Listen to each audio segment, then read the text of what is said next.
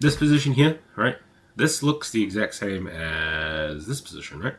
Pretty much. Within reason, you can say that's this is on the minute you saw this chart here, but so you guys can really see. Right? That looks like the same position, right? Just on the longs. It's pretty much the same thing. It's like you still take the same in terms of like my model, which is engulfings, liquidity sweeps. Okay, great. This is 10 points, right?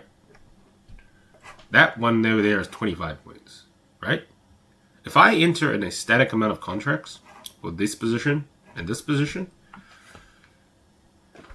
like I'm going to be losing different amounts. So what you want to do is you want to go, okay, like I'm going to enter the market, but I'm going to like work out how many, or like what I do is I just enter with a 1 micro. So I'll just enter with 1 micro or like 2-3 micros, or however many I think is reasonable, and then I'll just have my my bracket order set, and my bracket order will like put me in my stop loss, and they'll drag the stop loss down to where I want my stop loss to be, and they'll just add micros until it actually has the number that I want, not amount of contracts. Because if you do a static amount of contracts, you're always going to be losing different amounts on different positions. Like you always lose different amounts because the stop loss here, the volatility, right?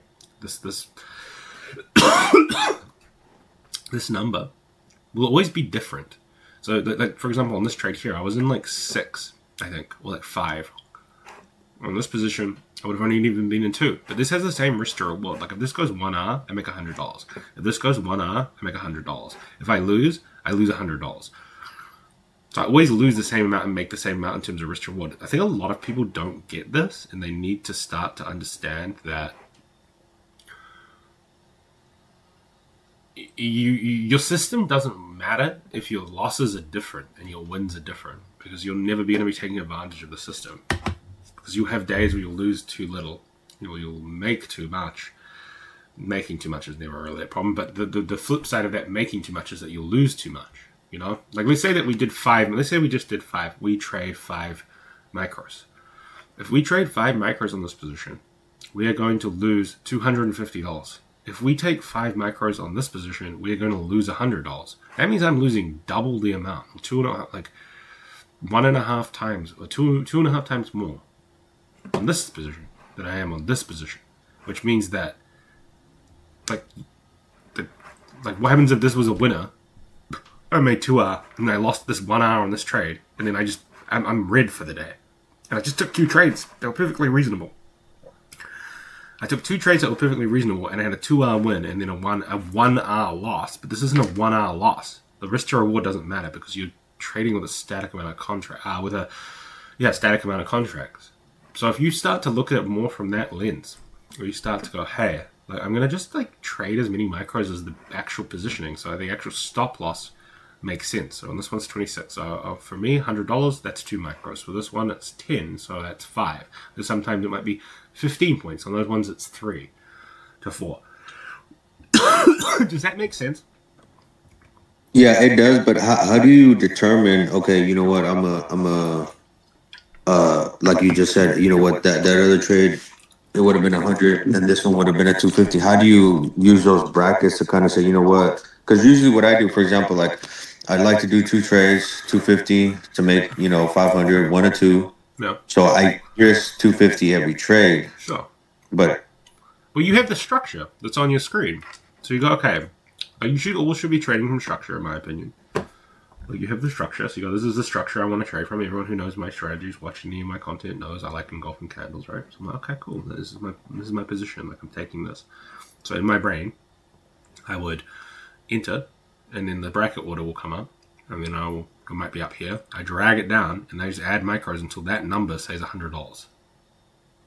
So you have to be kind of quick. I see. But like, this is the only way to trade properly. I think if people started to do this, they would become profitable overnight. Like properly profitable. Because like it's what I just said to you. Like I just showed you the example. If you took this position, which I took 2R out of last night, my $200 times 5. So like I made $1,000 plus the personal account, so like $3,000. Like okay, cool. If let's workshop this. If I had taken this position and I didn't do what I just said, I would have made 200, and let's pretend I got up for the open. I just wasn't trading today, not feeling the best. Let's say I got up for the open and did the same thing again. Let's say I was trading 5 micros on this trade, and then 5 micros in this trade. They pretend this one was obviously this is a winner, like a fucking banger trade, you know, fucking like 10 no scale and. But like, pretend this was a loss. Pretend this just went blip. Use lose. Okay, I would have lost $250 here, and I would have only made $200 here. Whereas if I went in with 2 micros here, I can lose, and I would still be green. I would still be up 1 hour on the day. Because with this one, the stop loss is 25 points. With this one, it's 10. The volatility is always going to be different in every piece of price action and everything, every single piece of every trade. Like there's been trades that I've taken that have been 50 points. Like this will be 50 points. Like this drop here, this trade here will be 50 points. So I trade 1 macro. Because then if it comes against me, I only lose $100. Does that make sense? Yeah, that Yeah. This will make you infinitely, like I'm telling you straight up, guys. Like seriously, So, real talk with the boys. you kind of go based off what's in front of you, right? Yeah, real talk with the boys. You guys implement this today, you'll become better traders instantly. Instantly. Like it's not like a ha. Like this is an instantaneous fix to a lot of. Doesn't mean you're going to become profitable, but you'll be able to control your losses and control. But I said we have very little control of what happens in the market in general. You have no control. So the only control you have really is your stop loss and your risk. Like that's really it. That's the only real control we have. If we know that, why would you be not taking advantage of every single advantage you can get, which you can get advantage people. You up? of having tight risk management. Who? Bro, can you mute your mic, Sir Plinkington? Interesting. Oh, I just mute. Yeah, perfect, man. Thank you. I appreciate that. But yeah, like, so if you have no control, if we know we don't have any control, we know we have basically no control. Once we've entered this stop loss, this trade, there's nothing we can do. Like, it's either going to rip or it's either going to take us out. Well, if we know that, the only thing that should matter is controlling this part of the market and making sure that we don't lose too much. Also, it just comes down to risk to reward, right? You don't want to be having days where you lose a whole lot more than you need to, or potentially even like not make as much as you need to. Because if you do static, there'll be times where you get in. Like, imagine we got in with 5 micros here and just held this like you trailed it like you would a normal strategy. Like imagine if you trailed this. Like, you know, like imagine if you did this with my 5 micros, you would have made like $2,600. Whereas like like you don't get the risk to reward part of it. The risk to reward part is the important part. Like, yeah, I'm sorry, with 5 micros, you would have made how much? So yeah, it's like 2,000. Almost 3 Gs, I think. Yeah. Almost 3 Gs, yeah. So it's okay. But like you're risking like 300. So why don't you just risk 100 with micros and then you can make that 10 to 1 risk to reward. You're still making 100. Look at risk from a risk unit perspective, not from a dollar. Like you want to look at it as like your risk unit is $100 or $200 or $300, whatever you deem necessary or whatever you deem appropriate. Once you have that, start to look at everything through like I'm only risking that amount in this level, and use micros dynamically. So sometimes it might be 1, sometimes it might be 3, sometimes it might be 5. If you're risking $100, you know, if you do a 200, it might be 2, 3, 4, 5, whatever it is. You can't control. This is like the most elementary shit in the world, but I think in futures they don't talk about it. But in where I come from, where I started trading, which was Forex, they talked about it a lot. And you also had expert advisors that could do it for you. So you actually had programs that you could like get that would manage your risk for you. You didn't even have to do this. You just like literally could like put like your stop loss here and then press market buy, and it would like put you into the exact amount of contracts you need, so you lose exactly that amount of dollars, and then it made it a lot easier. Whereas in futures, is a little bit more like nuanced. And people don't even think about this shit, man. I've had people make. There's a guy. I'll show you the trade. So when the Discord first started, I like sent this trade up. If anyone knows my strategy, they know order blocks, blah blah blah, liquidity, blah blah blah. Basically, I was like, we were moving down, and I told them to basically the moment we hit this area. Sorry, not the best with trading view. The moment we hit this liquidity here, that liquidity, in there. Below there. The moment we hit that, wait for a change in state. We had a change in state. He went long, and it was a 100.2 minute candle, and he went in with 1 mini. He made like $8,000, which is great. Congratulations. But I said to him, I said, man, if that went against you, that's a 100.1 minute candle, 2 minute candle. Like, if that goes against you, you lose your entire XFA. Like, it's gone. It's done. The account's done. Like, on one trade. Whereas like, he could have just gone with like one macro, you know? And that would have been like still like a $900 trade. He was got like I think it was a 9-to-1 risk to reward trade in the end with trailing. Right. So, for example, on your second trade today, how did you? Obviously, you say, you know what, this is where I want my stop loss to be. Yep. That top part. How do you calculate? You know what? It's $100, so that means I want to risk 100, and my stop loss is right there. How do you determine? Okay, it's 3 micros, or it's 5 micros, I mean, you or can it's just go and 2? look. You can just go and look at that. You just need to do math. You can also, if you're just like not Okay. going to do math, you can just like. So like the big thing what I do is I generally have got good enough where I can kind of just like figure out roughly what it's going to be like. You know, when this is closing, you can kind of like look. You know, you can go like, okay, well this is like 100 point. This is like 10 points. Okay, cool. Like I know that's 5 micros at this point. Like I've been trading for so long, and also you can just go like one point on a micro is $2. So you can kind of just work it out. Like for the example, like you can kind of just work it out, right? Does that make sense? Like you can just kind of work it out. But what I also like to do is like I'll just go in with like 1 to 2 micros, right? And I'll use this bracket water here to have $100 of risk. I'll enter with 1 to 2 micros, like 2, 3 micros, whatever is like reasonable, like 1 to 3, depending on how like tight the stop loss is.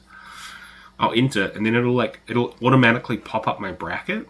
And then like say the bracket's down here, and then I'll just drag it to where it is, and then I'll just add micros until that number there says $100.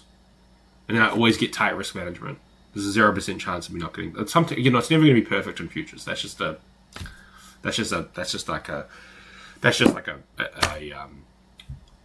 certainty. You're not never going to get it 100% on the market, but you can get it pretty close. Like you can get it very fucking close.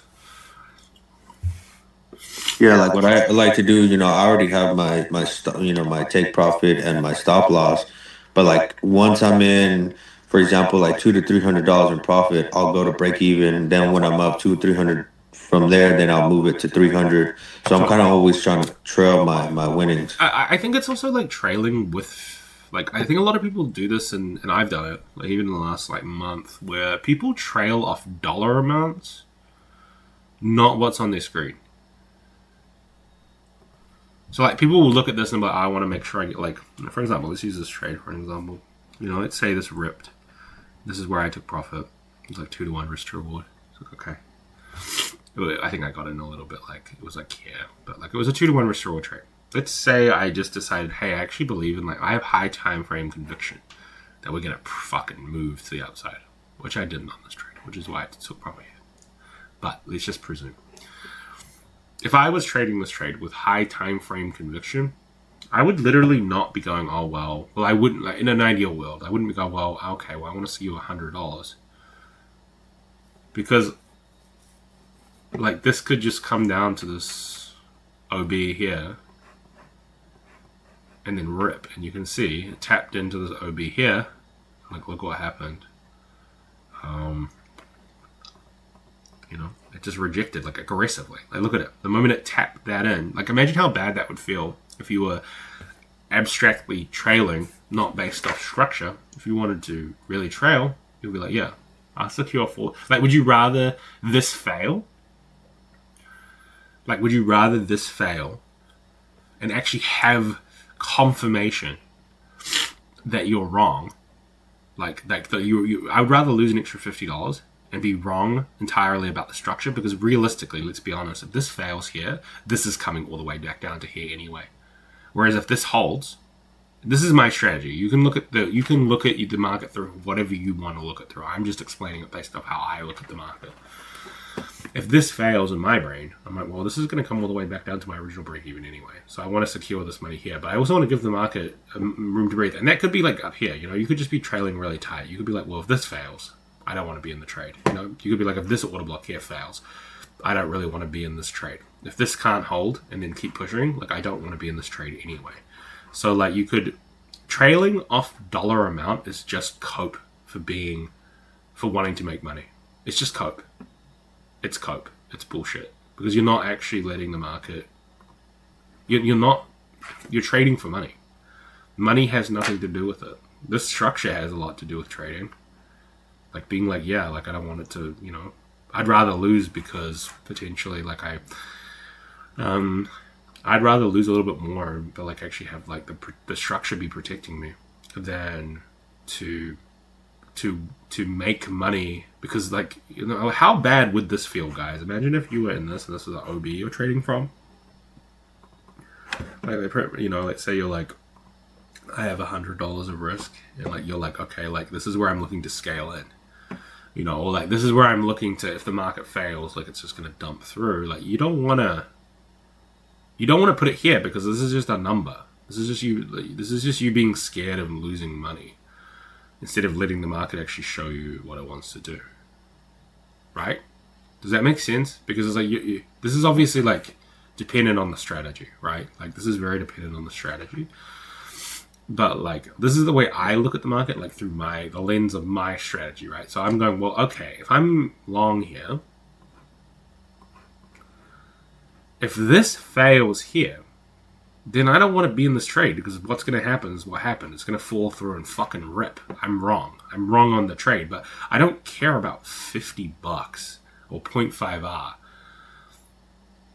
Because if this comes down here and I'm correct and I get stopped out because I was just not even greedy, but I was just a pussy, for lack of a better word, and didn't want to actually trade the structure in front of me, like you're going to feel so bad if you get stopped out at break even and it just rips off this order block. Like if that's the strategy you run, if you run fair value gaps, whatever, but like this is more how I trail, where I'm like, I mean, this is different, right? Like, you could have it here as well. Like if you really want to trail, I could be like, well, if this fails, I don't think that the overall trend is going to hold, because the high time frame trend is very bearish. But if this holds here, or this holds here, like it just is dependent on what you personally and how you want to trade. But you think of that, man, like it's like a 1.5 hour day. So, a 1.5 hour trade if you're wrong. That's how I trail. So I always try to go like, I don't trail off dollars, I trail off structure, because that's what is actually relevant. A dollar amount is just cope, and it is just you being scared of losing money and having this go all the way back against you, and you potentially losing money. So you're actually just you're suffocating this trade and not allowing it to actually breathe. But if you allow it to, and it's funny you say that, because that has happened to me. I've only been trading 9 months, but it has happened to me where like I trail too close and I'll stop, kick me out, and then a minute or two, 5 minutes later, boom, it rips in the direction I was, aiming for. You're not going off the structure. You don't have to trade like me, but let's say you have fair value gaps or some shit. I don't fucking know. Like you're suffocating these trades. You're suffocating them because you're going, okay, well, I want to secure profit, because it makes you feel like you're doing something, but you're not doing something. You're actually just cooking yourself in terms of the long-term process. Because you want to go, well, okay, you want to think about every trail with, okay, if this fails, I probably don't want to be in this trade. Like for me, right? Like I could be up here. Like it could be up here, like where I trail, or it could be down here. I'm like, well, if this fails, I don't really want to be in this trade. Like, once I saw this rejection here, I won't tell you, but like once I saw this rejection, like what I would personally do is, so I would be looking for like scale-ins, right? So I'd be like, well, okay, because in my brain, I'd be thinking, okay, if this fails, it's going to fall over. So I want to get in with more contracts here, because if it's going to fail, I'm going to get to the original break-even anyway. So it's better to increase my exposure, because if I'm correct in it, I make way more money. But if I'm wrong, then I'm getting stopped out at break-even anyway, like on the original entry. So you're going, okay, if this level fails, I don't want to be in this trade anyway. I want to be out at break-even. So I would be looking for scaling. Doesn't mean you have to do that. That's just the way I look at things.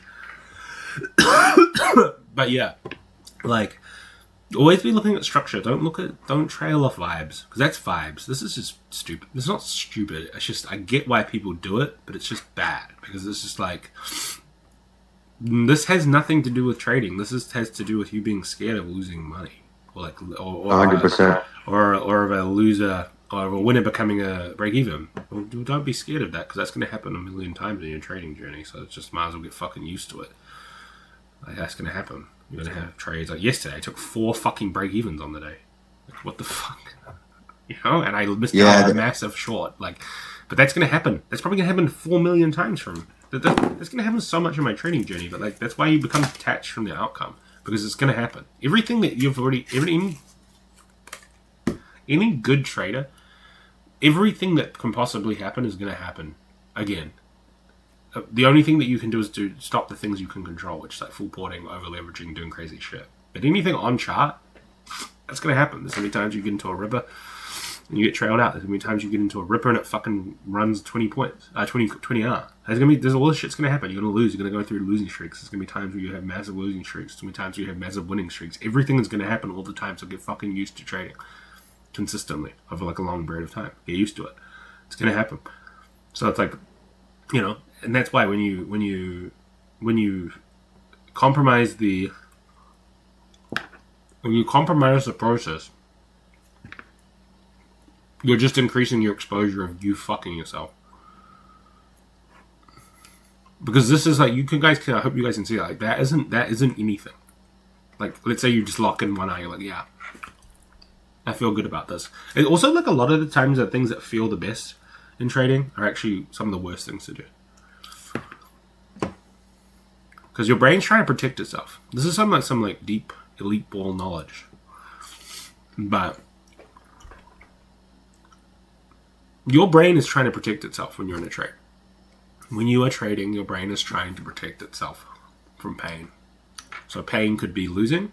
That's why you scale. And this is like cognitive dissonance, right? There's a reason that you take profit early. I'm not sure if you guys have experienced this, where you'll be in a winner and you'll be like, oh, it's 2R. It's good enough. We're good. Take profit. And there is a reason that you guys scale in and hold losers way longer than you should. Because your brain is trying to protect itself from pain. The pain of realizing that loss is painful. The pain of that winner becoming a break even is painful. All of those things, your brain views it as like negative. Whereas if you can just work, and that's why I always say $100 a risk, take it easy. Work on just rewiring it to be like, I don't actually care about anything but the process. I don't care about this number up here. And then you will get to the point where you pay out. So, I mean, I took a payout a fucking week ago, and I'm worried it's going to take another 5.5K, probably more if I have a good next couple of days. But I don't even look at this really. This never really gets looked at. I never really sit here and I'm like, ooh. I just try to just do shit. I just trade. I just trade because none of this is actually what matters. This doesn't really matter. It's what this matters. It's like, what are you actually doing on the charts? Because that will, through virtue of this being dialed in, the process, this will naturally go up. It'll just you'll naturally. I didn't even notice this, bro, and I literally made, 5.5K in like fucking a week on my top step accounts. When did I last take my payout? I don't even remember what it was. Like a week ago, the 5th, I think. So like in 9 days and 6 trading days, And I didn't even look. I barely look at this. I don't even realize. I just come and show up and just like look at what's happening on the market. And sometimes I do look at it, and I've got a little bit less dialed in where I'm like, trying to take these small winners to get winning days and shit. But like that's also like on me, That's me being an idiot. But like most of the time, I'm not looking at this. Most of the time, I'm just aware that I need to get these $150. But this wasn't. This was actually a legitimate trade that I would have taken. I just didn't have conviction to hold this. It's kind of what I talk to a lot of people with the strategy. You don't always have to hold these to be massive winners. Sometimes you can just go, cool, this is a clean like counter trade that I can just trade back into liquidity before it goes lower, And then that's why I didn't like trail it or anything. Because I was like, we'll scale into it. Hey, it's fucking Chino Trades, bro. He's in here. What is this? I was thinking about passing a permanent, building a preference, but in reality, it's like this. If you have $2,000 and you need to make $3,000, according to saying that overall, you would need to grow out. That's more than doubling your account. Now imagine doubling your account every single you would become a multi-millionaire. The problem with that line of thinking is that, in my opinion, like the evaluations just don't really fucking matter. Like, as long as you have a disconnect between when you get funded and when you trading evaluations, that's not real money. It's not real money until it's an XFA. And even when it's an XFA, you should treat it like it's real money, but it's still not real money. Until it hits your bank account. Until that payout hits your bank account, it's not real money. So, Yeah, like I think it's like with the evaluations. I think you just need to be a little bit more aggressive. Get them funded, get them done, and then become a good trader. Like be a good trader on the actual XFAs. Because having this conversation, is he in here? I think it's Cam Picks. We were talking about this today, right? That's you, the guy I was talking about today. Is that right? We were talking about it. I was like, the evaluations don't really matter, man. They just don't. It's just so irrelevant. It doesn't mean the problem is like a lot of you guys don't have the discipline to like be disciplined on the XFA, but be really YOLO on the combines. You know.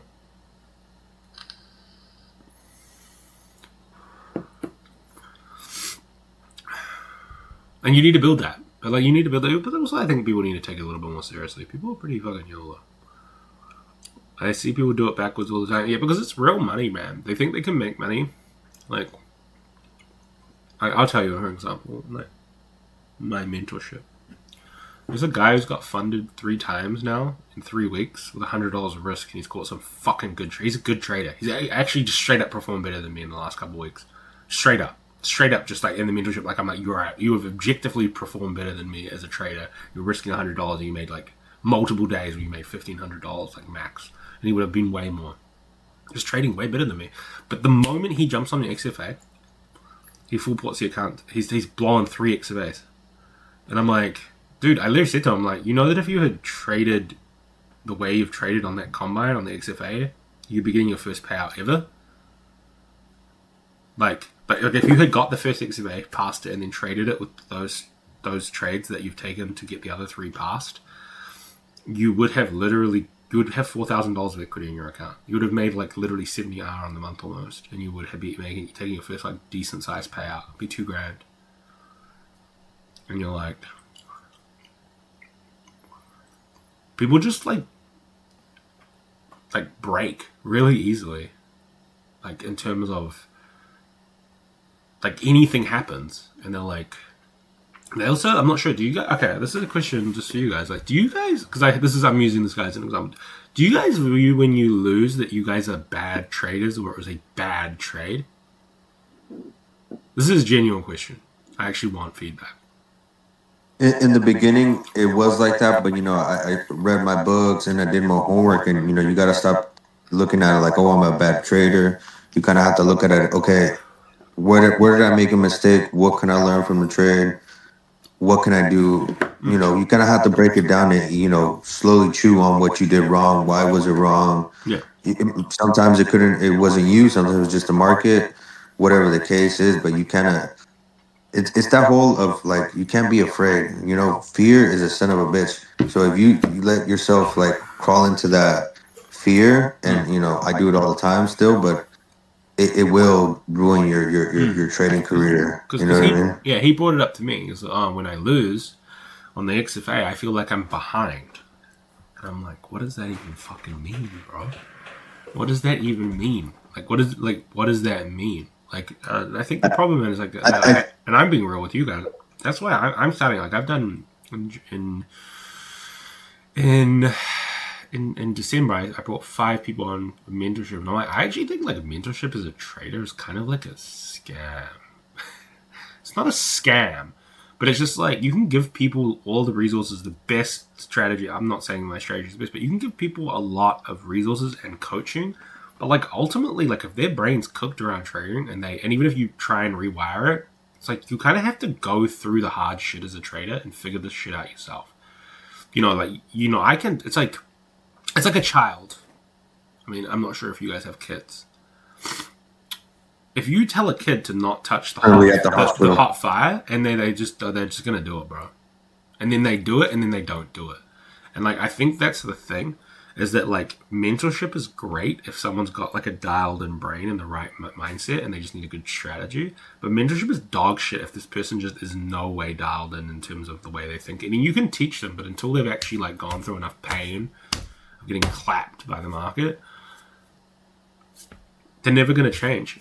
Like you can get them funded, like what I said to you guys, like that mean too, right? 3 funded accounts in 3 weeks. really good trader, but then the moment anything goes wrong and you like try and explain to them, their brain's just not primed for that. It's quite difficult, I found. Like, where it's just like, if your brain's not ready to trade well, it can be quite tough.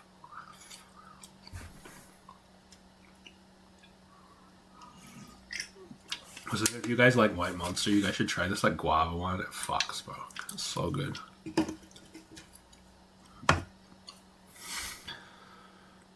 The more you think the way better, I actually disagree. The more you think the way better, to an extent, but people overanalyze. Some of the smartest people I know are not amazing at trading because they overanalyze. They don't just execute. It's like everything. It's like everything. You know how many people who are straight up dumb? Like straight up, like I would call these people literally dumb, who are making like 100K, 200, 300K a month. Not even from trading, just from various businesses. But they just execute because they don't think. They just do. I'm not saying this is with trading. I think you definitely need to have a brain. But there are people who are quite stupid. Like they're just straight up like intellectually not like 100%. Like they're just not dumb, but like they're just like normal, regular people. But they make so much money because they just execute. They don't think about like even my friend. I'll give you guys an example from me. Like you may have seen her on my story, Anne. She's like my best friend. She's got like 5 accounts now finished in like 2 weeks. And I've just been mentoring her. Like she's my best friend. She's really fucking smart. Like super, super smart. And she's like jacked as fuck. And I've been telling her to make content around fitness to start making money. And I showed her people who are making like probably like 50 to 100K a month from coaching. And like who are just straight up dumb. Who have way, way less information on her, way less expertise on her, way less everything. But do you know what they do that she doesn't? Stop overthinking and execute. Because success in life, in my opinion, has very little to do with. So if we talk about trading, it's a bit different. But like in terms in general, like I think it has very little to do with like intelligence. I definitely think that matters to an extent. But I think in a lot of business stuff, it's more just like, just do shit, bro. Just get out there and do shit. Like just execute. Just fucking start. Just start. No, you don't need to be smart, in my opinion. I think, and this is my opinion, trading is far less about intelligence and far more about emotional intelligence. I think that's why like a lot of female traders, I think, do quite well from what I've seen. Because a lot of the guys are cooked in the head, to be honest, in that regard.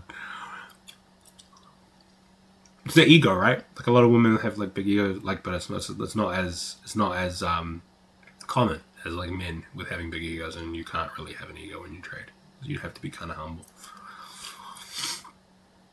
And like a lot of guys don't have that. A lot of guys are like, I'm big dick balling, you know.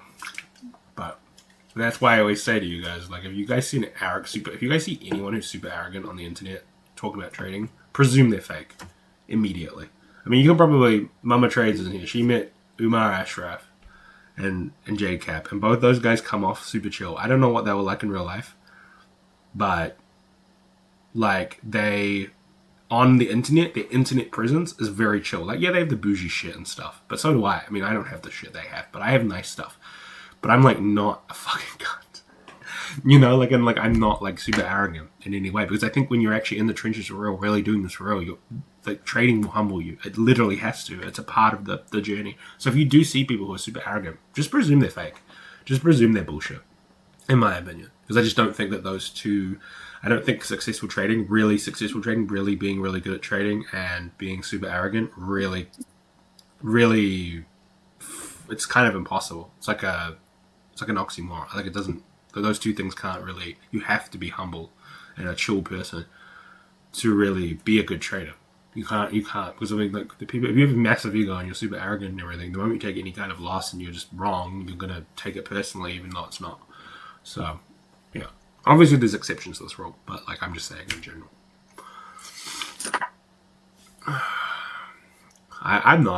I'm never surprised when I see good traders being chill, because if you've been in the trenches for a while, and a lot of you guys like haven't, or like you have, but you haven't seen a lot of success. That's not. I'm not trying to be a dick. I'm just being real.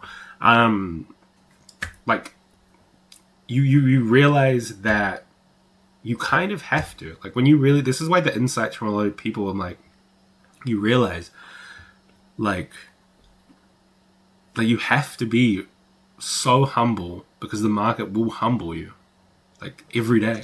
Like it's like me, man. Like look, like it's literally like me. I have to accept that you guys, or if you watch my content, watch my recap, you guys know I've been talking about this order block for like literally this entire week where I'm like, I want to take shorts from this so fucking bad and catch like a ripper.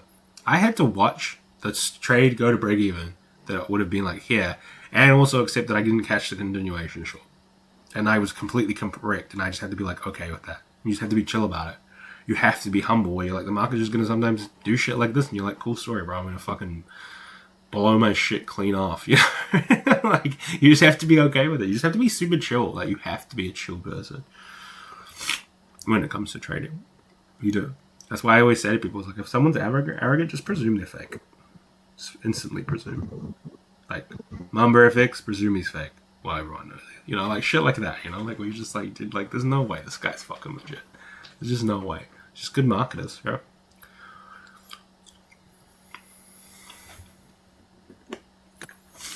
But you can tell that's why a lot of the good traders are super chill. Like, they're just like relaxed. So you can see like their content isn't like super aggressive or anything, you know? Even when they how much Express accounts you got? 5. Oh, Give me 1 shit. second, guys. Just gonna give me 1 second. I've got just quickly before I go, I'm just gonna use washroom. I've got 5 top zip account, 50Ks. I've got a Tradify account, my personal account. Give me a second.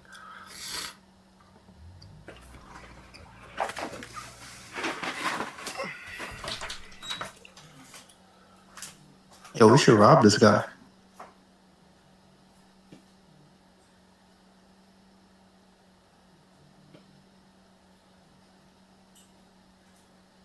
Alright, so basically, I'm taking over the Discord till he comes back. So, if you guys have any questions, I heard drop that. it in the I'm back. I heard that. shit. I'm gonna fight you, bro.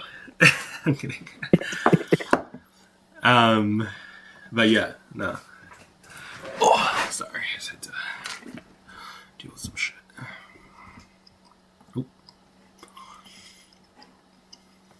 Sorry about that. I'm back. I've returned.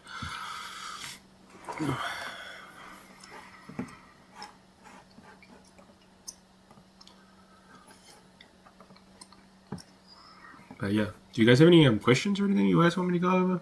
Any talking points we can talk about? It's kind of an interesting subject.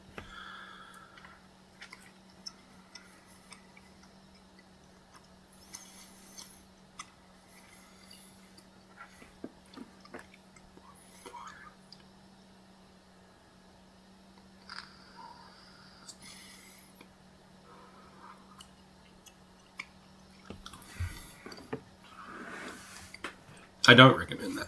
I recommend getting good at one account because you guys can't trade yet. I recommend to you guys to become consistent on one account and then scale. Once you have the process, once you're good at the process, right? If you improve to me or you, and yourself, not me, it's not cringe. Prove to yourself that you can trade for a long period of time without doing crazy shit. You can prove to yourself that you can do not full board, not blow your account, not do stupid shit. Prove to yourself that you can do that and then scale. Because you don't have a scalable business until you've proven yourself that. Until you've proved to yourself that I can trade this system for 6 months straight, then you can scale. Because I'll tell you, I went from making between May and November, basically May and November, I made 10K on one account, $100 a risk, so basically 100R. From there I scaled and I had my first like 50K month within 3 months. I think I had my first big month in November. So it was like pretty much instantly. But I proved myself that I had the process first. And then once I had the process, it was simple. You guys are so stuck up on getting accounts because you think that's what's going to make you a good trader. Well, what's going to make you a good trader is what I was talking about earlier, which is what's in front of you. What's on the screen right now. Nothing to do with this. To do with this. What the fuck is actually happening in the markets? How are you actually trading? That's what's going to make you money. The accounts is just simply leverage. But until you can prove to yourself that you can consistently trade, there's no point in getting more accounts. I just think it's actually just pointless. You're just actually donating money to TopStep. And to be honest with you, think about any normal business. I'm not sure if you guys are business owners here, but like the early days of a business, you don't take money out. You don't even expect to really make a lot of money, right? The early days of a business, you're looking to grow it. You're looking to just get the processes and systems in place to then scale down the line. You guys don't treat trading the same way. You guys don't treat trading like a business. You need to treat it like a business.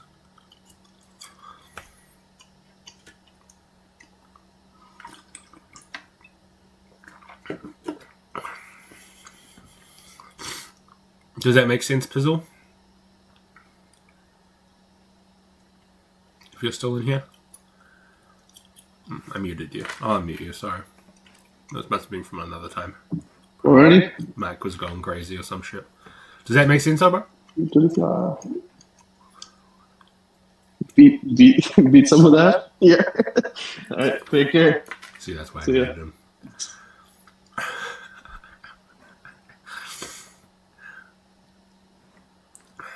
Why are you muted as well? Sorry. Fucking, I don't know why this shit keeps auto-muting people. My bad, sorry. But yeah, I just think a lot of people are too focused on making money. Okay. I'm gonna shoot you. Stop that. I'm gonna shoot you. I think just people are focused on making money. Like, and I get it. But like the quickest, and I say this to everyone, if you want quick results, go slow. Because if you look at like Gilbert, which is Die Reasonably, he made $25,000 from the beginning of November to the end of December completely for free. Like there was no mentorship. He just took the strategy and implemented low risk $100 per account, and he made 25 grand, made 50R. That's him taking it slow. Not going, I'm going to risk $500 per account times 5 and try and shoot for the fucking moon. Going, I'm going to take it slow. I'm going to take it easy. Now you have 4 payouts and more payouts than I took. More payouts than I took. You know? Because you're not, and I said this to, is he in here? I think it's Campix. You guys are not getting to, let's make this very fucking clear. You guys are not getting to your dream life from a top step account or a couple of top step accounts. You guys are getting to your dream life from a consistent process that you can inject a whole lot of capital in through a plethora of, and a whole lot of prop firm accounts, and then funneling that to a personal account and then scaling. That's how you guys are getting to, you guys see the shit that you see on the internet, trade a lot, even me, you want to be able to spend 45k on a fucking Caribbean trip, for like a week and a half, you guys aren't getting there from a top step account. You're getting there from a fucking like consistent process and like building that business over time. You look at guys who have Lambos, you're not getting to the point where you're getting a Lambo from a couple of top step accounts. You need to build that process and then scale that process with a whole lot of prop firm accounts and using a copy trader. That's actually how you'll reach that life. There's people I know who have no following who are making 100 to 200k a month from prop firms, but they have like 50, 60, 70 accounts. But if you don't have the process as the underlying foundation, the entire fucking house is going to fall over. But you guys want to scale so quickly and make all this money really quickly without even having that foundation every single time. Let's be real, everyone in here. You guys have probably all rushed the gun and got a whole lot of accounts before you're really ready. Why do you guys think I take it so slow? I could probably have way more accounts than I have right now, but I take it slow because I want to build that really strong foundation. So when I scale and like keep scaling up, that it doesn't even crumble over, it doesn't fall over. I want this business forever. I want to be making, even right now, it's, since I lost my accounts in November 9th or when it was, I've made we'll be at this about $25,000, $26,000 in payouts, right? But that all comes from the process. Without the process, it's all that you see that and you're like, well, I want that. But you guys won't even do what I did, which is stick to one account with $100 of risk for 6 months. So don't complain when you can't get those results, when you're not even doing the things that I'm telling you to do. Because if you locked in on one account with $100, take it easy, don't worry about trading for 6 months. Just trade. Then you get there. Then you have the process, you feel confident, you actually have confidence in your ability to execute, and then you scale. Because why would you try and scale something you have no confidence? It's ridiculous. So back things like bad psychology only exists because you guys don't have confidence to trade. You guys are not confident traders. So you're not. The psychology is shit because you can't trade because you haven't gone through the trenches. They're actually just trying to get good at trading. Everyone I talk to, they're always like, "Oh, payouts this, past accounts that." It's like, why don't you guys consistency? Like, why don't I go consistency trading? Like that's my goal. Not past accounts. Maybe speed run in a past account, get that XFA, so you're actually making real money from this consistency. You can make a little bit of money, but like. Why instead of your goals being like I want to make X amount of money, I want this many accounts, I want this, why don't you go my goal is to become a better trader. My good goal is to actually be dialed in with my process and get good, because then you'll actually unlock the skill to make money for that dream life you guys want. Travel, look after your family, blah blah blah blah, all the things that we all aspire for, the nice watch, whatever it is. Like that's the only way. And the problem, and I'm not going to keep going over this, but the problem is that the people on the internet, a lot of them are presenting lifestyles that aren't necessarily from trading as it's from trading. And then you guys think that like it's super easy and super basic to get to that point just exclusively from trading, where it's like these people aren't even doing it, so why would you listen to them? And I'm just like a person who just, I suppose I have the privilege, I'd rather not lead you guys down the wrong path. Really, if I'm being honest. How can I be more comfortable at holding trades at 2TP? Lower your risk. The answer is pretty much always lower your risk. How much are you risking on this trade? Yeah, because it's so high stakes. Like, I mean, if I risk $400 on a trade, I'd probably be shitting my pants. If it was on one account. You don't want... it's like, it's a lot. It's a lot of money, right? 3 hours. Is that on an evaluation or an XFA?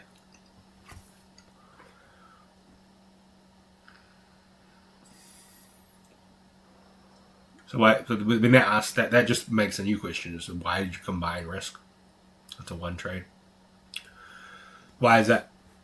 If you don't mind me asking, like, why do you do that? Like, what's the reasoning?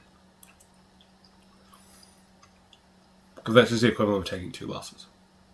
If your risk unit's 200 and you combine it. This is a genuine question. I'm not saying you're wrong or anything. I'm just trying to understand and get you to think. Yeah, maybe he trades $200. That's fine. If his normal risk is 200, that's still well worth it. It's not, in my opinion, ideal, but it's yeah. That's good. That risk settings. More people need to do that. That's what I was talking about in my content today. 100% people need to do that. If you have no self-control, you need to do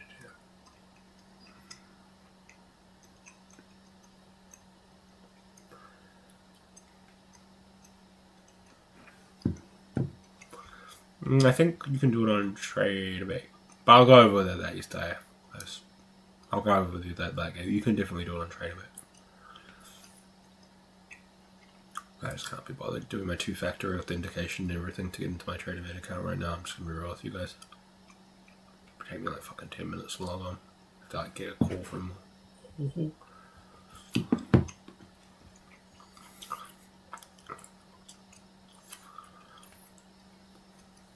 block peers that are over leverage on put contract size limits. Yeah, I mean that's great. Are you on a funded account or a combine?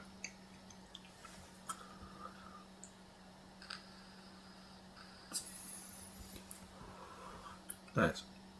Yeah, I mean, I'm going to be real with you. I think that's perfectly reasonable. If anything, that's too low risk on an eval. It depends on your situation, though, financially as well. Like, a lot of people, $50 is a lot. I found that out. When I did the free mentorship and I was asking how much money people have to invest into accounts, I was like, Jesus Christ, a lot of people shouldn't be trading. They're like, I have $100 to invest into accounts. I'm like, bro, you shouldn't be. Go get a second job. Go hustle, bro. Like, go get your situation good, rock solid in your life, and then start trading. That's what have I been doing, dude? Not shit, dude. Hell yeah, brother. Legit, just been in the trenches, bro. Me too, bro. I'm still gonna pay off that account. Yeah, I just. You know what I did the other day? This is a. What did you do, bro? I needed $300 or $800 to pass an account, and I got bored and I full ported, and I lost. And I lost the account. I mean, it's an eval. It doesn't really matter. But like, And this is now I'm a on the phone with this dude. He's basically telling me like, "Yo, bro, like, what are you doing, guy? You yeah. can't be doing shit like that." I think like this is a really hot take. And like a really Nah, bro, I can't, bro. Unless I got payouts. Like, if I got some bread to do that, I can, bro. But today, I should have not done that, bro. That was stupid of me, bro. it's an eval. Like, I just, It's an eval. It doesn't fucking matter. None of the evals don't matter. And I think that's the best way to. It depends on your situation, but I always say to people, if an eval matters to you, money wise, I would not be trading, guys. Like I know that sounds really harsh, but it's just like you need some form of financial stability, even if it's just like cash flow that you're like able to. And you don't want it to be like every single dollar counts so much here, because I think I'm not saying you, bro. I'm just saying in general. I'm not saying you. I'm just saying in general. Like, I don't know everyone's financial situation. I'm just saying like I think trading becomes 10 times more difficult when you're trying to. That probably worked his ass off, cuz. He still can't do the gym. Yeah, No changes. I'm just gonna mute you for a second, bro. Sorry. Chaos. Just type. It's easier to type, bro. It's easier to type. It makes it more clean to discuss. I just don't think a lot of people should be trading if they're in a position where they're like super broke. Like, I know that sounds really brutal, but I just really don't think it's a good idea. Like, I'll give you guys context. There's a guy, his name is Roberto. He found my content and was trying to learn to trade. He's an 18-year-old guy who works in South Africa. He lives in South Africa.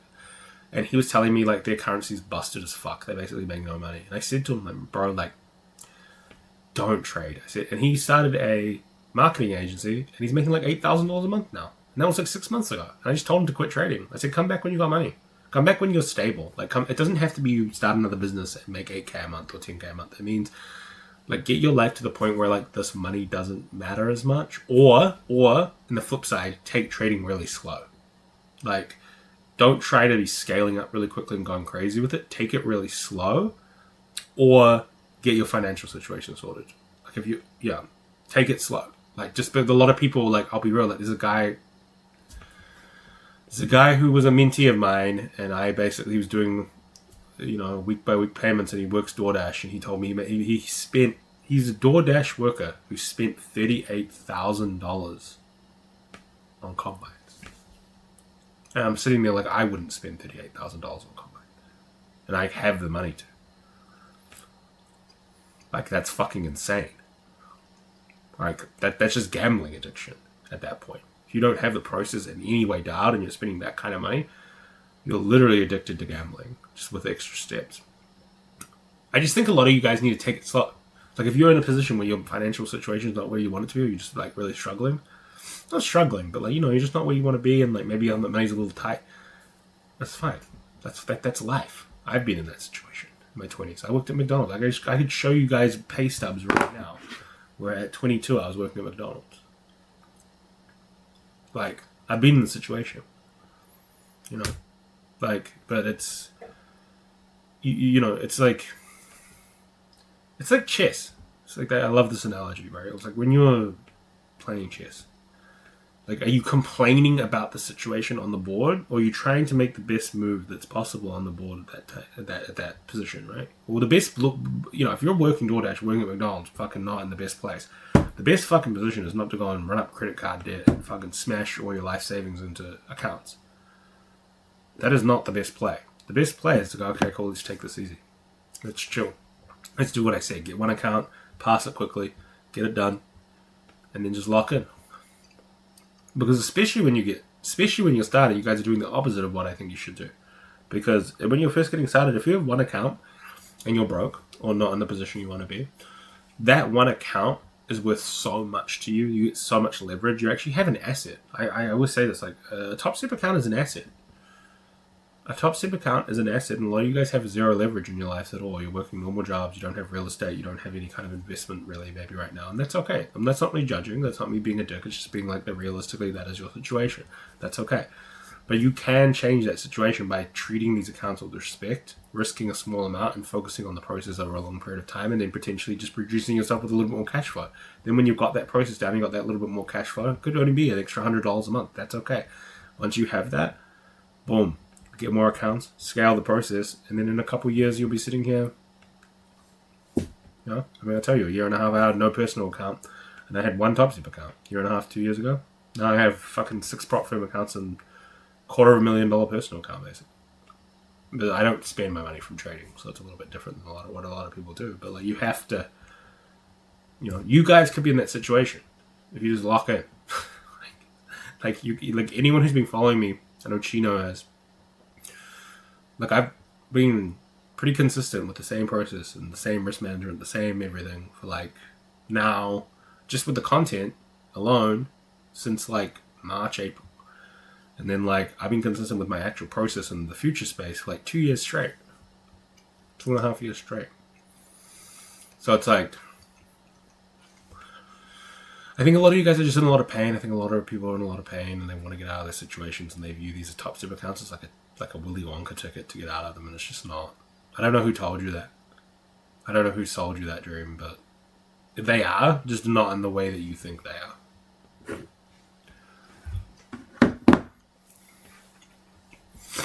You can make a lot of money from these TopStep. You can make a lot of money. You can look at me. I made fully verified payouts like 20 after this next one and tomorrow or whenever it is. 25,000 in 2 months since I lost my accounts last. Plus the equity on the live account. But like, all that comes from just risking a low amount and focusing on the process initially. Getting good at the process first, you know? Not fucking gambling and doing crazy shit. Because gambling, as I said, I'm not going to keep saying I'm going over the same shit, but like, gambling's not going to get you where you want to go anyway. So why would you even do it? Full porting your accounts, over leveraging, all of this shit is not getting, does not actually get, like, if you actually really break it down, none of that stuff is actually getting you where you want to go. So why are you actually doing it? No. Like, why are you doing these things? I mean, that's happened. Don't forget, I lost my accounts 3 times this year and done crazy shit. I think I've lost over $80,000 of equity in TopStep.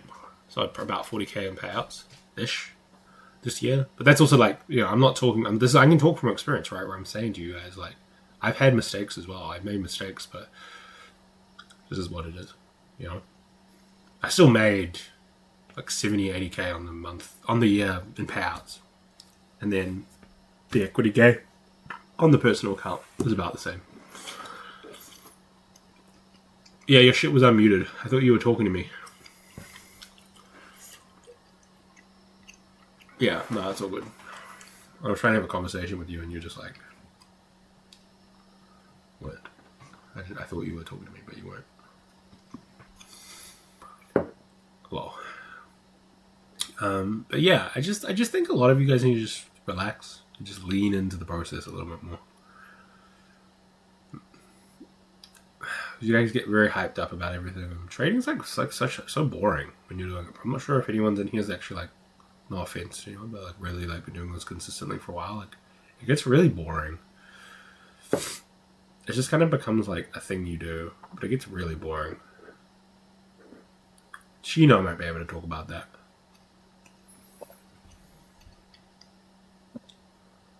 You just kind of execute. Because Chino trades very similar to me. He trades like supply and demand order blocks, whatever you want to call it. He's posted trades on his story where you just kind of like, chill, man.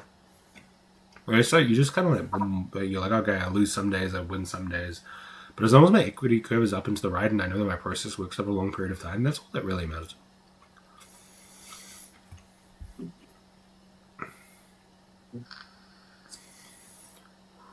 And I think the problem is it's not chill for a lot of people because their lives are not where they want them to be. They need this to work. They like literally have to have trading work. Like, I had someone say to me, he's like, I literally don't know what I'm going to do if trading doesn't work. And I literally said to him, I was like, well, unfortunately, like when you're in that position, that's probably not gonna. And I just have to be real with you guys. I always keep 100 on like what I think, which is, I think if you're in a fucked up situation in your life, it's just going to be very difficult to succeed in trading. And not impossible, but you have to listen to what I say. You know, you have to be like, okay, like I'm in this situation. I'm cooked. Shit's cooked. This is not good. But I can change it by not doing what everyone else does, which is full porting, crazy shit, not focused on the process, not focused on the long term. And I get it. I get it 100%. Like, to be in a position where you like are just in like survival mode, you're like constantly in fight or flight, and like you can't think about the long term because you're worried about your bills and shit. Like, I get it because I have been there. As much as it seems like it, you know, probably now you look at me and you're like, oh, he probably doesn't worry about that. Like, I've been in that situation. But yeah, no, 100%. Okay, I'll give you guys context on my situation. So obviously I look the way I look now. I've said this in another call. 3 years ago, before I ever started trading, I was completely untattooed and like no, like my hands and my neck. Like I could have worked. Like I have a master's degree in fucking profession. I have an MPA. Like I have a master's in professional accounting. I have an undergraduate in like management, HR, and accounting. Like I'm like an educated person. And then I was sold the same dream you guys were sold. And then I was like, oh, I made a lot of money in crypto. I was like, fuck it. I love tattoos, so I'm just going to get fully tatted. If I hadn't done that, I would have gone back and got my job back and be making like 120, 140K and then just do it on the side. Do the trading on the side. You know, take it easy. Be chill. Take it easy. You don't have to be trying to make $1 bajillion in a year. Like, it's just, people burn the boats and I'm like, it's just like hustle porn, bro. That's not an actual good, like, yeah, it works out, but survivorship bias is a real thing. People go, I'll burn the boats, make it have to happen. And then you're like, okay, so, like, let's be real, like, you see the opportunity, you see the people who do make it, but, like, how many people completely fry their lives from trying to go way too hard into their businesses and stuff before they actually have proof of concept? I'm not saying don't go hard as fuck when you have proof of concept, but just take it easy until you actually have proof of concept. So this all links back to what I said to you earlier, right? It's like you wouldn't scale a business. You wouldn't scale a normal business. You wouldn't buy more trading, or you shouldn't buy more trading accounts, like funded accounts. You shouldn't try to scale. You wouldn't do any of this stuff until you actually have proof of concept that the stuff that you're talking about works and what you're trying to do works. Once you have that proof of concept, go hard as fuck. Go crazy. But I didn't have any proof of concept. I was just doing shit, you know? And then I had to learn trading basically out of necessity because I was in the space already from crypto. But if I wouldn't done that. Like if I could go back in time, like I like did get like I'm the I'm the anomaly where luckily I also had a pretty stable life outside of like I had done pretty well in my 20s with like real estate and stuff. Like I'd been buying and I'd done a couple flips and like you know renovations and flipping, and then like I owned a couple like buy and holds and like I made like good money from crypto. Like I made the 500K. In the end, and so that allowed me, but I wouldn't have gone all in if I'm broke. Like I would have just like.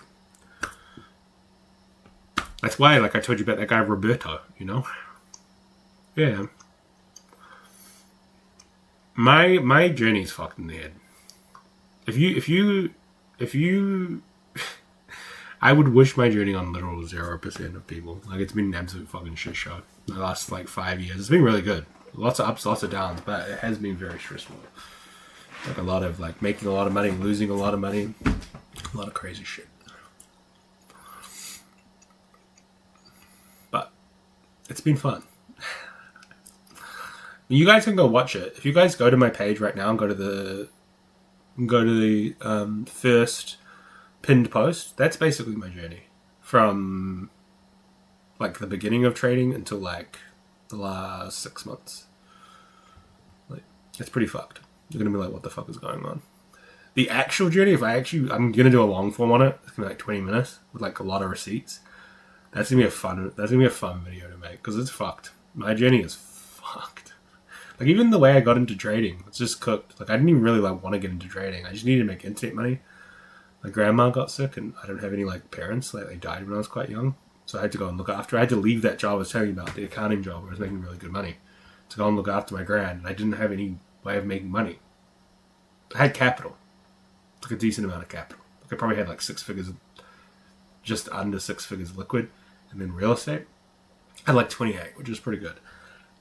But like I had to like deploy that into trying to figure out how to make money instead of just continuing my normal plan of my life, which was just like work up in my accounting firm and scale my real estate, do my little side hustle things that I was doing, which is like buying and sell sneakers. I had a little business called the NZ Sneaker Plug. I used to buy and sell sneakers, and I would make like $1,000 a week free cash flow from that, like after expenses. And then like I was just doing that, but I had to completely abandon all of that to go into trade. So I was like, I just needed to make money on the internet because I had to look after my gran because she was living in a completely different city, like 2 hours away from where I was. Like I didn't have a passion for trading. I had a passion for fucking trying to make money on the internet. Even now, I'm not like super passionate about trading. I like the challenge. I don't like trading's fun. Like I like it. It's good. It's a good way to make money, but it's not like something I'm like, I'm so passionate about this. Kind of though. I mean, I am. I say that, but it's more just like it's kind of good. It's what I said earlier. I just got kind of bored. It gets boring. You gotta do it for a while and you just get used to it. But yeah, I think that pinned post on my page is really interesting. You'll be like, what the fuck? This is fucked up. The crazy story. But that's the thing, right? That's the cool thing about entrepreneurship that I really like. Is that like it gives you crazy stories. You have like ups and downs, you know? Like there's days where there's been times where I have been making 10K a day from staking rewards and living like fucking a life that most people will never even come close to living. And there's been times where I literally had no idea what I was doing in my life at all. I was broke. Not broke, but like broke in what I would think is broke. Like I didn't have a business, I didn't have any cash flow. So, yeah. But that's the ups and downs. But this is what I always say. If you want to get into entrepreneurship, this is what a normal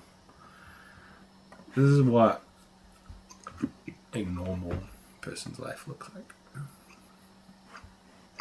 And this is what an entrepreneurial person looks like.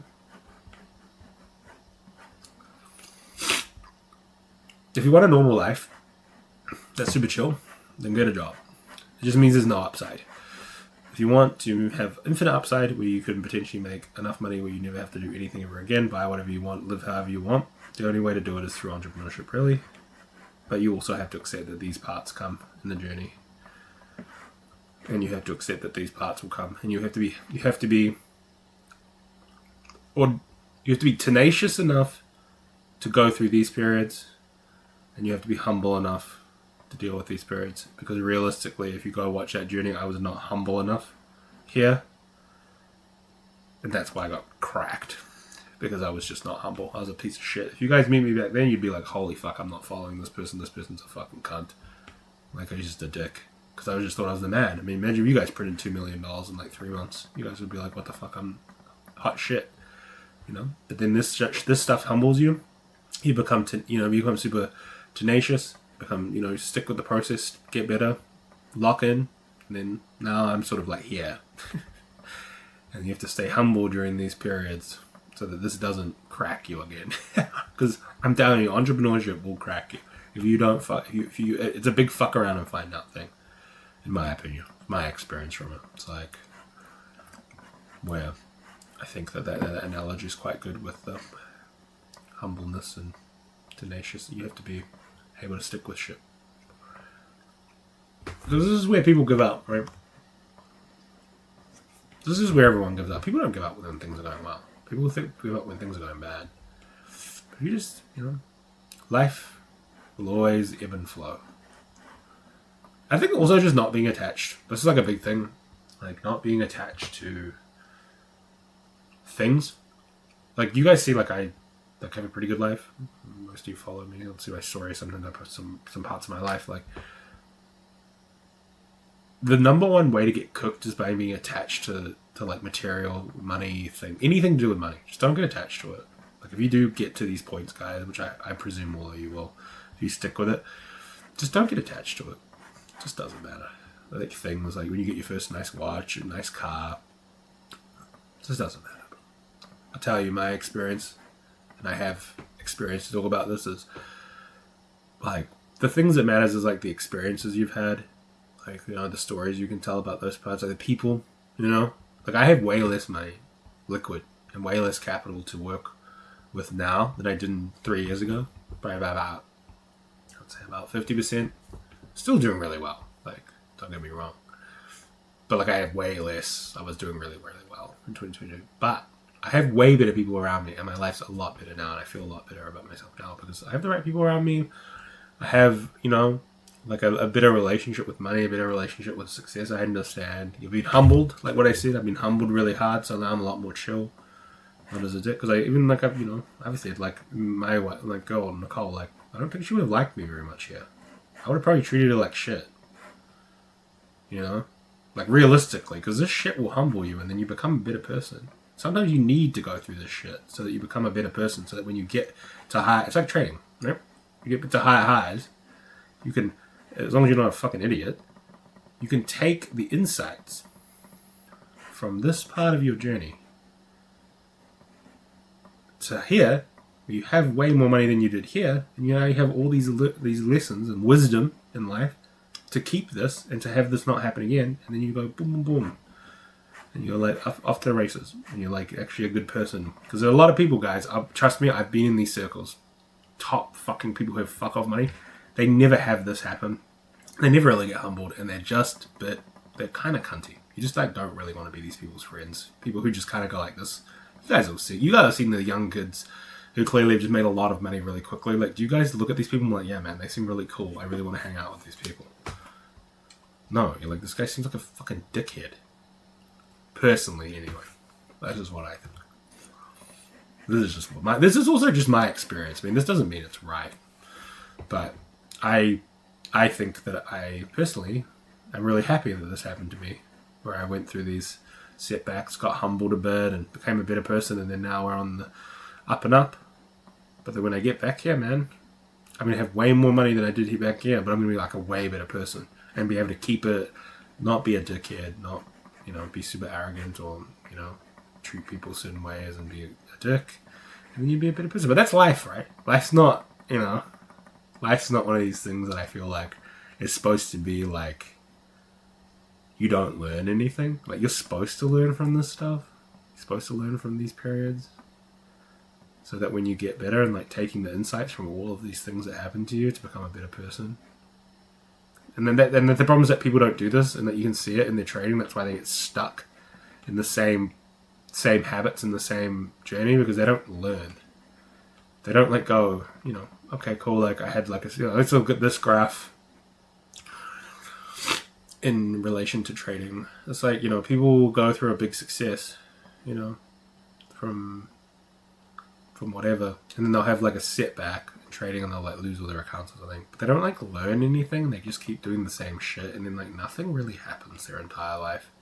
And they never have a breakout, right? They never have their breakout where they like start to really like learn from all of this shit, implement, take insights, get better as a person, get better as a trader, get better in every capacity, and then they actually start to see like real success. They just don't really learn. People are not introspective enough of like the journey that they're on, or the things they do in every capacity, whether it be trading, or whether it be entrepreneurship, or whether it be relationships. I mean, you see this. I'm not sure if you guys have this experience, but like, you'll see people who you talk to them, old people where like in your life, maybe you've known them for 5 years, and their life just looks like this. Nothing's changed. They're the same person. Nothing's changed. They're doing the same shit forever, and they don't ever fucking take anything that they learn and try and get better. They just stay the same their whole life, you know?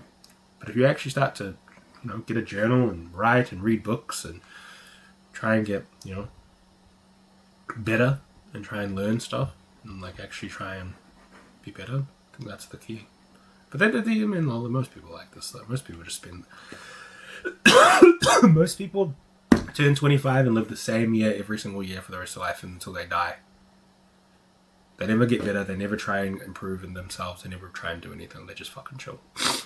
Realistically. It's a bit of a tangent, but I think it's real.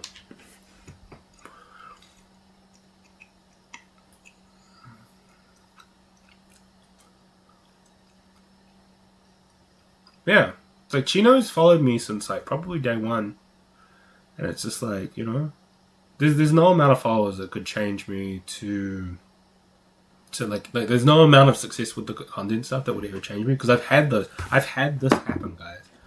That's why I always say it's like you know, like I'll be real, like I'll give you guys a real shit. Like this is some real like insight into my life, right? Nicole, my wife, she's really scared that I'm gonna make a lot of money in trading and like fucking make a lot of money from like whatever content, like just in general make a lot of money. Let's just say, just in general make a lot of money. She's really worried that I'm gonna leave her here, and I think a lot of women are. And I literally said to her, I'm like, I've been here, bro. I know exactly what this feels like, and I know exactly what this feels like. So this will never happen. What you're worried about is like literally 0% chance, because I've already had all these cursed experiences. I've already fucking you know, like, I've already had all that shit happen. So like, you don't need to worry about this. But like, that's the thing, right? Like, when you've had, we don't want kids, bro. My wife's the same way. She tells me the same thing. Bro, because it's so honest. It's so real.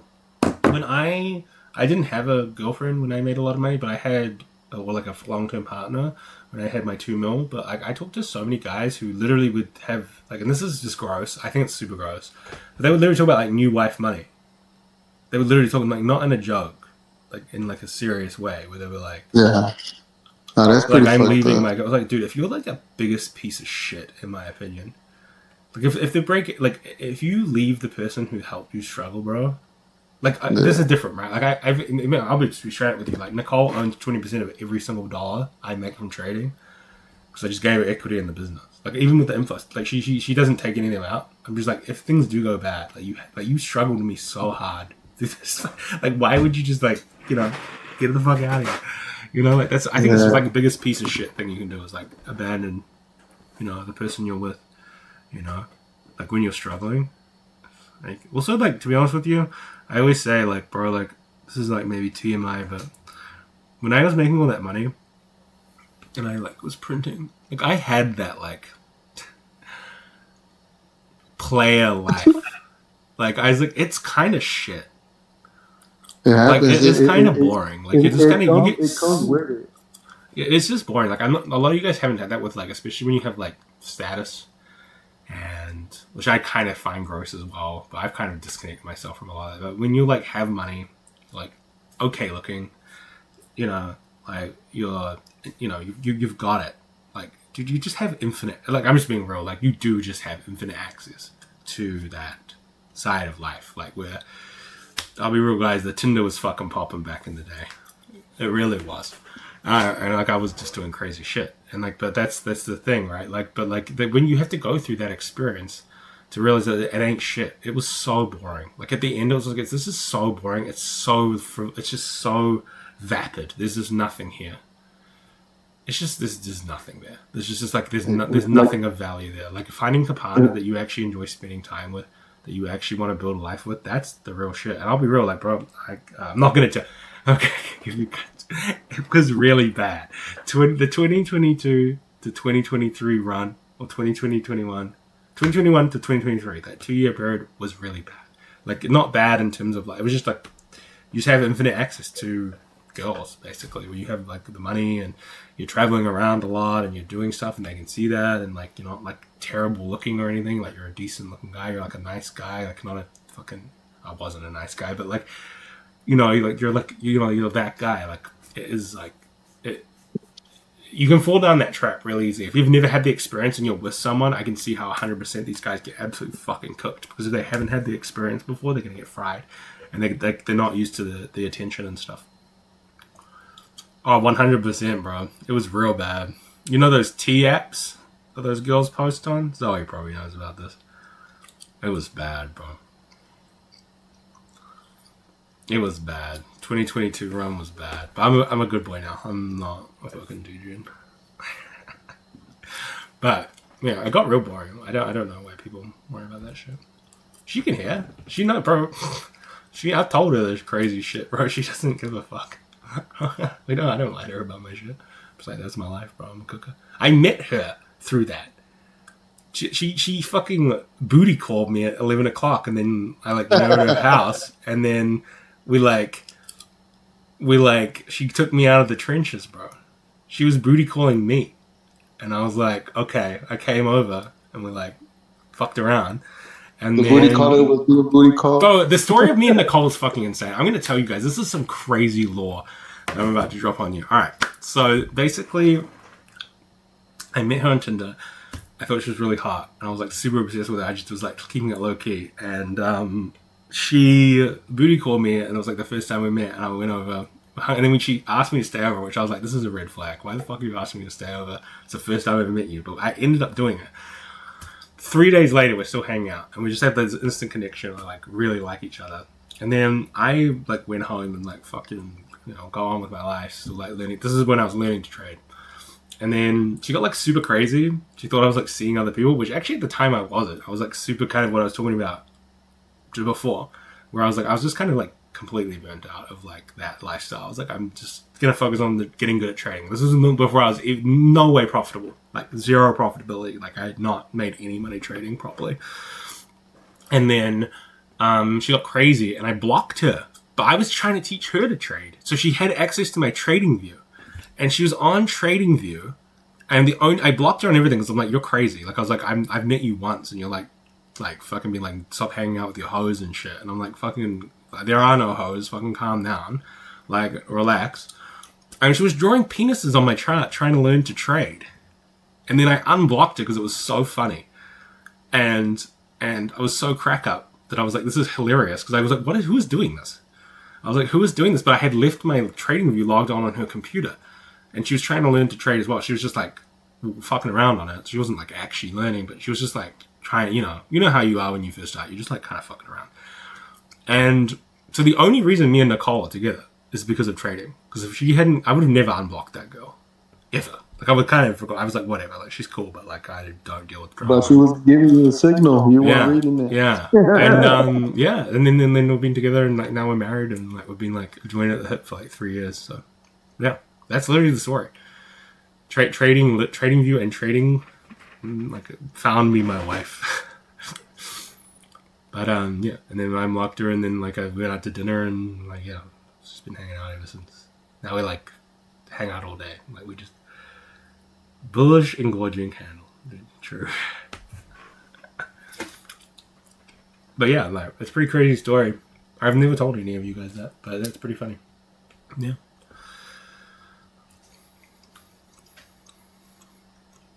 I still find it hilarious. I was like, why are you drawing? It was also just so lucky because, like, I'll show you. Like, it was just like, we always talk about how it was like, our relationship was like super, like, fated because I'll show you why this is so crazy. She was drawing penises on my chart, but like, look at how many, I had to be on the exact pair that she was drawing the penises on at that specific time. And I was trading 1, 2, 3, 4, 5, 6, 7, 8, 9, 10, 11, like 12 different assets. So that could have just not happened. Like it was super, super like, it's kind of airy. Like we always say, it's like super like fated. Like it's just like the chances of that happening are so low. Like I had to be on the chart at that specific time while she was doing it. It was good. It's pretty crazy.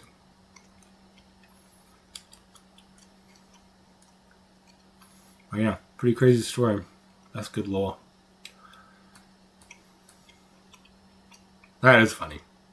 I didn't ever think I would tell that story to you guys. That's why you come to the Q&As. You get deep lore. You get deep information.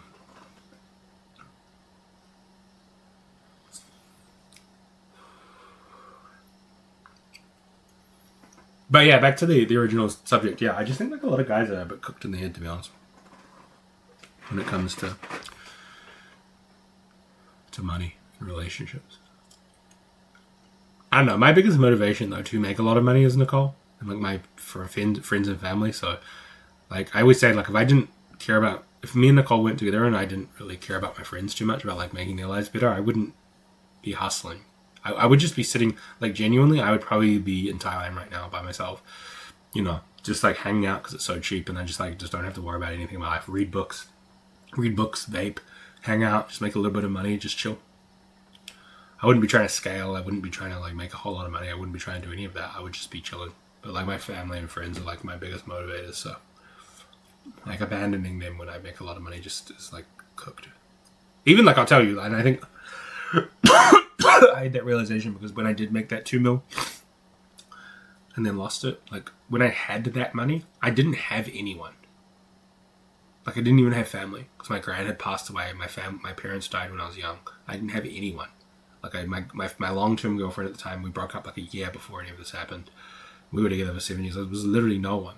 So like I realized that like, and I was super depressed because I was like, okay, I have all this money, but like, yeah, I can do all this like shit. Like I can buy nice watches and travel the world. But like when you don't have the people you care about around you during that period, it's kind of pointless. It's kind of sad. It just kind of made me really sad. I can show you guys a screenshot of me FaceTiming the girl that you saw on my story that we're helping you.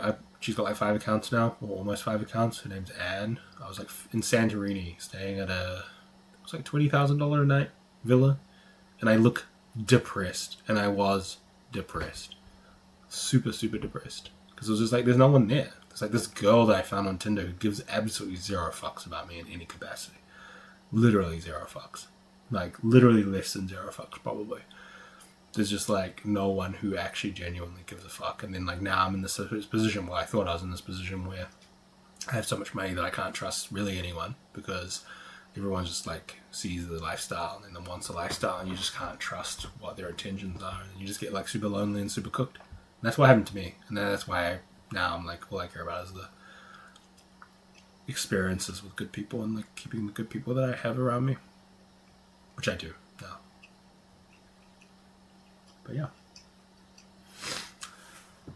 But there are a lot of people. The crypto space is the worst for like that. Where guys will be like, I would be worried if I was a girl and was with someone who was trying to make a lot of money. Because like you go look at the statistics on guys who leave when the moment they get successful. It's really fucking high. It's pretty bad.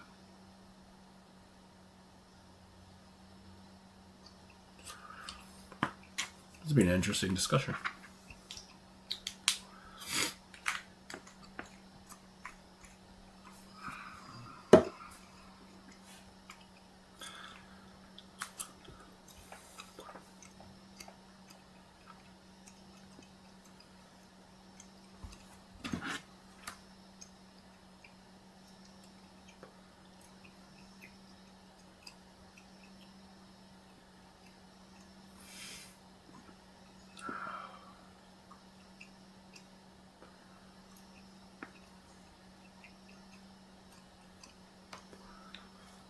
Yeah, if anyone has any more questions or any talking points you guys want to talk about, we can call it there. Seems like it's dying down a lot, but if you have any questions or anything, I'm more than happy to talk for as long as you guys want. We'll have a conversation with someone about something. It's up to you. Oh, God. Sick as a dog. Sheesh.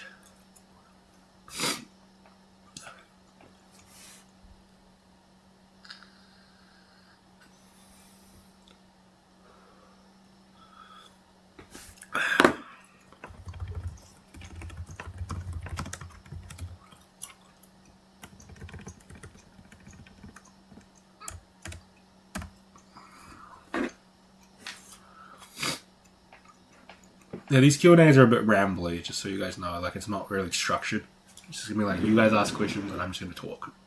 So, I'll answer questions, but a lot of the time I'll just kind of ramble and go off like random tangents. But you guys can probably get a lot of value from just me talking about random shit. But if you guys do have specific questions, like, do not hesitate in any capacity, bro, to ask any questions on anything. Be literally completely irrelevant to trading. It's kind of like just an open Q&A. Fuck.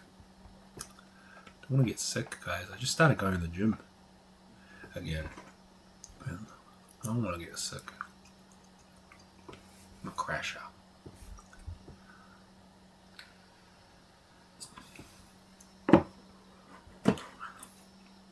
Alright, I think we're done here then. If no one has any questions, I'll give you a couple more minutes.